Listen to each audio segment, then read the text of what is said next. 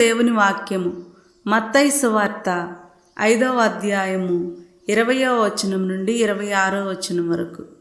ధర్మశాస్త్ర బోధకుల కంటే పరిసయ్యుల కంటే మీరు నీతిమంతమైన జీవితము జీవించిననే తప్ప పరలోక రాజ్యమున ప్రవేశింపరని చెప్పుచున్నాను.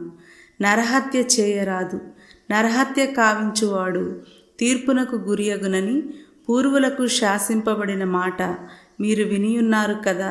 నేను ఇప్పుడు మీతో చెప్పునదేమనగా, తన సోదరునిపై కోపపడువాడు తీర్పునకు గురియగును.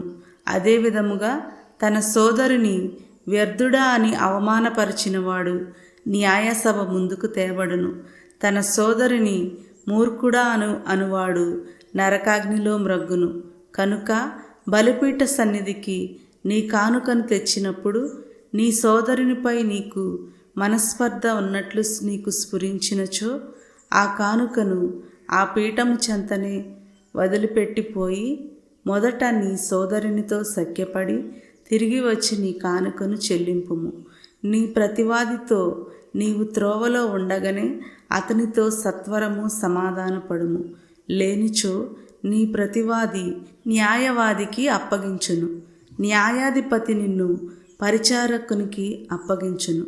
అంతటా నీవు చెరసాలలో వేయబడదు. నీవు చెల్లింపవలసిన రుణములో కడపటి కాసు చెల్లించు వరకు నీవు చెరసాలలోనే ఉందువు అని నొక్కి వక్కాణించుచున్నాను. ఇది క్రీస్తుని సువిశేషము.